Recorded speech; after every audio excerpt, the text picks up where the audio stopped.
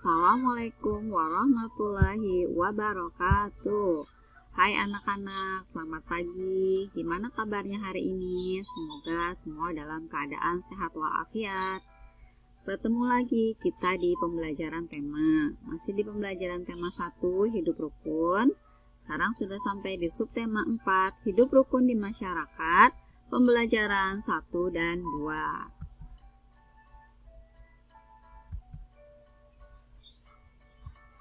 Nah, anak-anak, kita hidup di lingkungan masyarakat. Apa itu masyarakat? Masyarakat adalah lingkungan yang ada di sekitar kita. Kita harus hidup rukun dengan masyarakat, karena rukun dengan masyarakat itu hal yang sangat penting. Tetangga adalah saudara kita. Tetangga adalah orang yang paling dekat dengan kita, karena mereka tinggal berada di sebelah kanan dan kiri kita. Jadi kita harus bisa menjaga kerukunan dengan tetangga. Ketika bertemu, kita harus saling menyapa. Ketika mereka membutuhkan bantuan, kita harus membantu. Nah, Ayu membaca. Ayu memiliki tetangga bernama Tito. Rumah Tito tidak jauh dari rumah Ayu. Tito anak yang rajin. Tito suka membantu ayahnya di kebun. Ayah Tito seorang petani.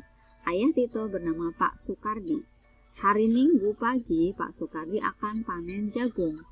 Ayu dan Tito akan membantu Pak Sukardi. Ayu ingin mengajak Wira dan Bion untuk membantu Pak Sukardi panen jagung. Sepulang sekolah, Ayu mengajak Wira dan Bion untuk membantu Pak Sukardi panen jagung. Berikut percakapan Ayu mengajak Bion dan Wira. Bion, besok aku akan membantu Pak Sukardi. Apakah kamu mau ikut? Bion menjawab, maaf Ayu, besok aku tidak bisa ikut. Aku harus menjaga adik di rumah. Kemudian Ayu menanyakan pada Wira.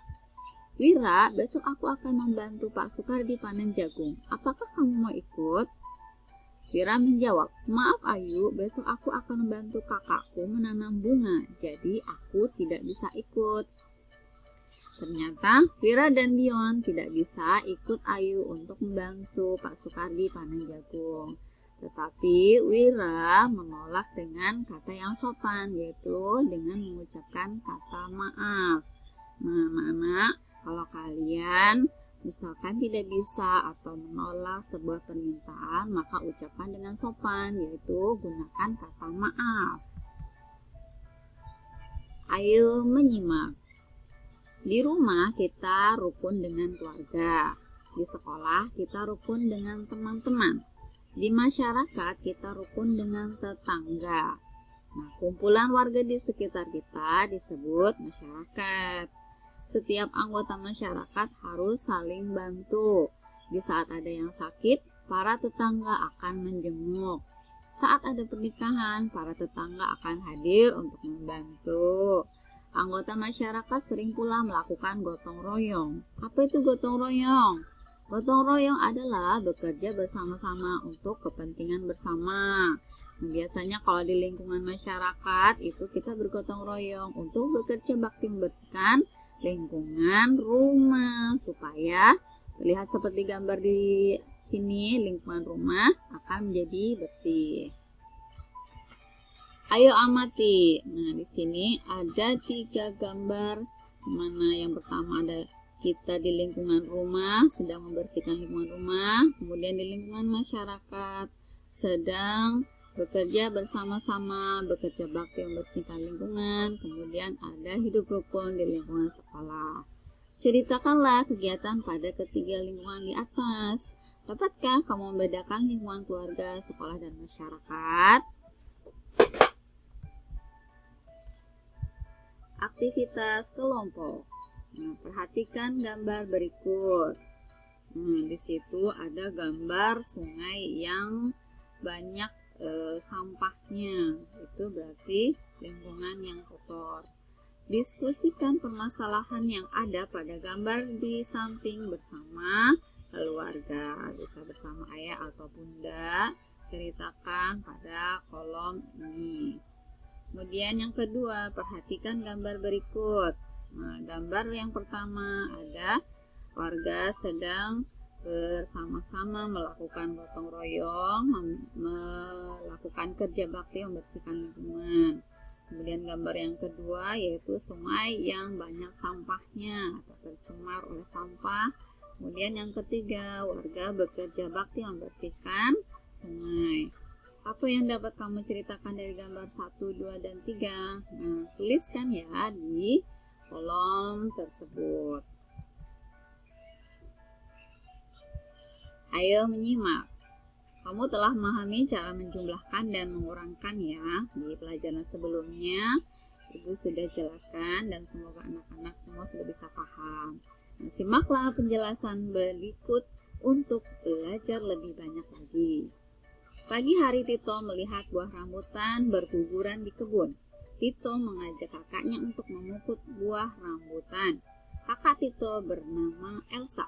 Tito mengumpulkan 66 buah rambutan, sedangkan Elsa mengumpulkan 32 buah rambutan. Setelah itu Tito dan Elsa membersihkan buah rambutan dan dihidangkan di meja. Tito dan Elsa mengajak ayah dan ibu makan buah rambutan bersama-sama. Mereka makan rambutan sebanyak 47 buah. Nah, berapa banyak rambutan yang tersisa? Perhatikan langkah-langkah penyelesaiannya. Langkah 1, ada 66 rambutan milik Tito dan 32 milik Elsa. Nah, kita jumlahkan. Jumlah rambutan mereka ada 66 ditambah 32. Nah, kita tulis puluhan dan satuannya. Di sini ada puluhannya 6 dan satuannya 6. Kita tambahkan puluhannya 3 dan satuannya 2. Kita tambahkan 6 tambah 2 sama dengan 8. 6 tambah 3 sama dengan 9. Nah, jadi 66 ditambah 32 sama dengan 98. Kemudian langkah yang kedua, jumlah seluruh rambutan 98 buah. Rambutan yang telah dimakan 47 buah. Nah, jadi rambutan yang tersisa adalah kita kurangkan 98 dikurangi 47. Kita tulis ya berdasarkan puluhan dan satuannya. 8 dikurangi 7 sama dengan 1. 9 dikurangi 4 sama dengan 5. Jadi rambutan yang tersisa ada 51 buah. Nah, perhitungan tersebut dapat ditulis sebagai berikut. 66 ditambah 32 dikurangi 47 sama dengan 51 buah. Nah, ayo berkreasi. Pak Sukardi di petani yang rajin. Pak Sukardi memiliki beberapa petak tanah. Ada tanah yang ditanam padi, ada tanah yang ditanam jagung, ada juga yang ditanam kacang-kacangan. Tahukah kamu bahwa biji-bijian dari tanaman tersebut selain dapat dijadikan makanan, dapat juga dijadikan sebagai hiasan? Nah, contohnya di sini kita bisa dijadikan untuk kerajinan mozaik. Nah, udah tahu apa itu mozaik? Mozaik adalah menempel biji-bijian ke dalam pola gambar. Adapun alat-alat cara membuat mozaik biji-bijian, alat dan bahannya yaitu yang pertama biji-bijian, yang kedua lem, bisa lem kertas atau lem kayu. Nah, yang ketiga gambar pola, misalnya bisa pola buah jeruk, burung, bebek, kupu-kupu, mangga, mobil, dan lain-lain. Nah, kalian boleh cari di internet atau boleh gambar sendiri. Bagaimana cara membuatnya? Cara membuatnya 1. Siapkan gambar pola. 2. Olesi kertas berpola menggunakan lem. 3. Tempel biji-bijian pada pola yang telah dibuat dan diolesi lem sesuai kreasimu. Kombinasikan warna dan biji-bijian. Nah, pembelajaran 2. Ayo membaca. Bacalah cerita berikut. Tito dan Elsa memetik buah rambutan di kebun. Setelah memetik buah rambutan, Tito dan Elsa makan buah rambutan bersama-sama di halaman rumah.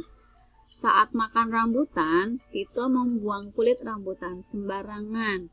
Elsa mengingatkan Tito agar membuang sampah pada tempatnya. Berikut percakapan antara Elsa dan Tito. Elsa, Tito, jangan buang kulit rambutan sembarangan. Buang sampah harus pada tempatnya. Tito menjawab, biarkan saja kak, nanti juga disapu. Elsa, Tito, kita harus menjaga kebersihan.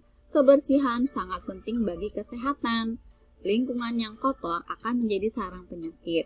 Menjaga kebersihan itu bentuk bersyukur kepada Tuhan. Menjaga lingkungan bersih juga menunjukkan rasa sayang kita kepada ciptaan Tuhan. Akhirnya Tito menyadari kesalahannya. Kini Tito selalu membuang sampah di tempat sampah. Tito minta maaf kepada Elsa karena menolak buang sampah di tempat sampah. Nah, anak-anak, kalau buang sampah harus di tempat sampah karena supaya tercipta lingkungan yang bersih dan sehat. Nah, ayo menalar. Kamu telah memahami sila-sila dalam Pancasila. Kamu juga telah memahami tentang penerapan Pancasila dalam kehidupan sehari-hari. Untuk menunjukkan tingkat pemahamanmu, lakukan kegiatan berikut. Nah, perhatikan gambar di bawah ini. Gambar yang pertama ada ibu sedang sakit dan dijenguk oleh tetangga. Nah, kita harus saling hidup rukun dengan tetangga supaya ketika kita sakit kita bisa meminta bantuan kepada tetangga. Kemudian gambar yang kedua apa? Ya, itu akan mengadakan pernikahan. Nah, para warga ikut membantu untuk mempersiapkan pernikahannya, acara pernikahan. Nah, anak-anak bisa ceritakan apa yang terjadi dari gambar tersebut, tuliskan di kolom. Ya, anak-anak, sekian dulu penjelasan Ibu hari ini. Semoga anak-anak bisa paham, tetap semangat belajar di rumah. Wassalamualaikum warahmatullahi wabarakatuh.